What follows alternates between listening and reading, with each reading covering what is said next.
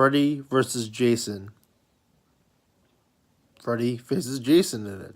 A more epic crossover than Avengers Infinity War. Friday the 13th originally came out May 9th, 1980.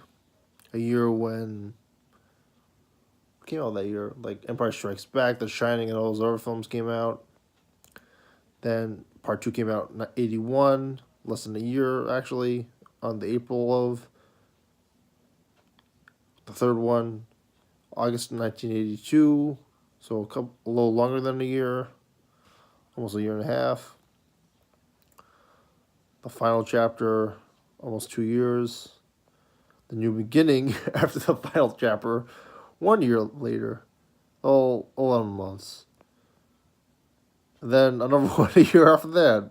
And then another one 2 years after that. And then one a year after that. New Blood, Jason Lives. Right, Final Friday was 4 years after. That was pretty damn bad. I'll get into that later. I think I did cover it in the video, actually. So I think 9 years to make Jason X, and I don't know. It's pretty bad, but at least it was entertainingly bad, unlike the rest of the films, which were just sort of like, other than the kills, like there's nothing else really going on in the films, and they're really short. So Freddy Jason finally happens. Let me count. 1, 2, 3. Well, the first 3 are already labeled. Final 4, 5, 6, 7. Well, they're labeled after 6 for whatever reason. 9. X is 10. I guess they really wanted that 10th one to be really special. 11, 12. So Friday the 13th still hasn't had the 13th issue yet. I guess they want something really special.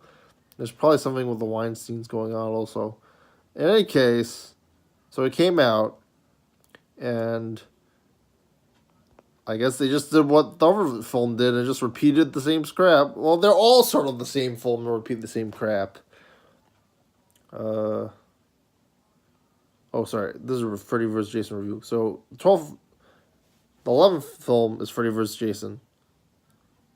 And, I don't know, I guess it's more entertaining than the rest of them. Like, if you don't just watch it for the kills, like... It's done by a Hong Kong director, Ronnie Yu, a director from Hong Kong. I don't know, maybe was born in the U.S.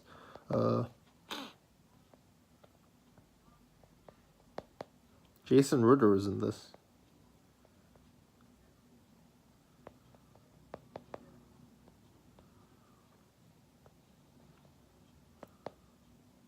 So,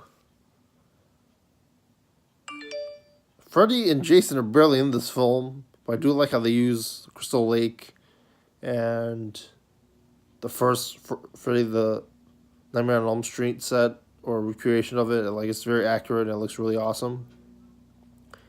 And that's how they set up the ending. But they don't really set up Freddy and Jason that well. And they don't even set up the main characters either, so like I didn't see the point. At least they sort of look different.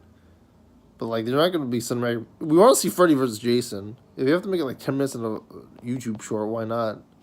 The movie's only 98 minutes long anyway. It didn't even do that great. It was like $30 million budget with a $114.9 million release. I don't know. I guess the marketing was a lot less since there wasn't really a lot of YouTube advertising then. England was there.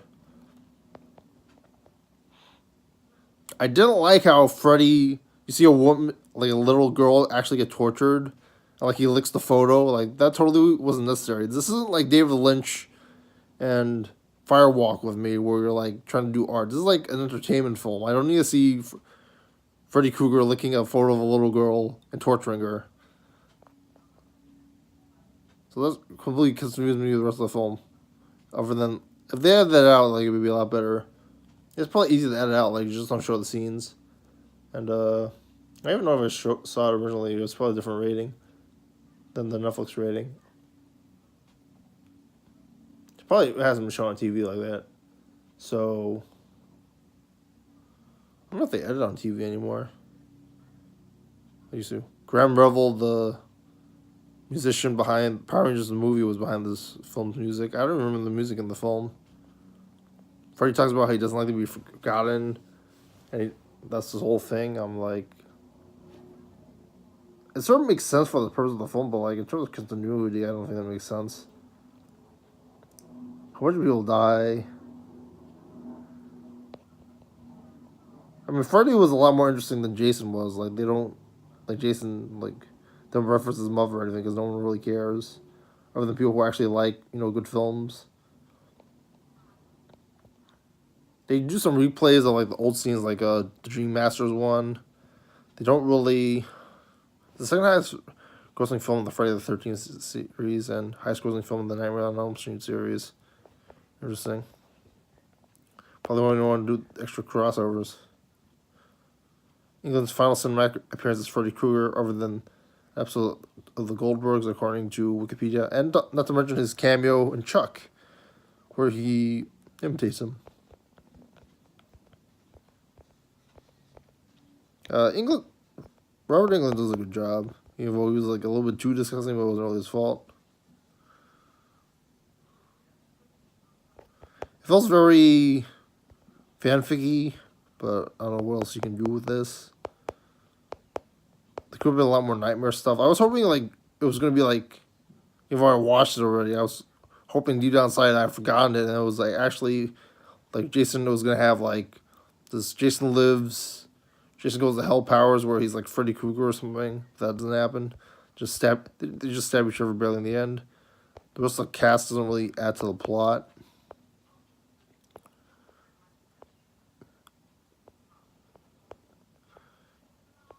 They were really going for the motions, like, oh, someone dies in a dream, beheaded. They'll go to the psychiatric hospital, but they don't have the Dream Master's powers, so, like, who really cares? One of them was, like, a famous actress. I forgot what her name was. It's Kelly Rowland. She sounds familiar. Kelly Rowland and Jason Ritter were the main characters.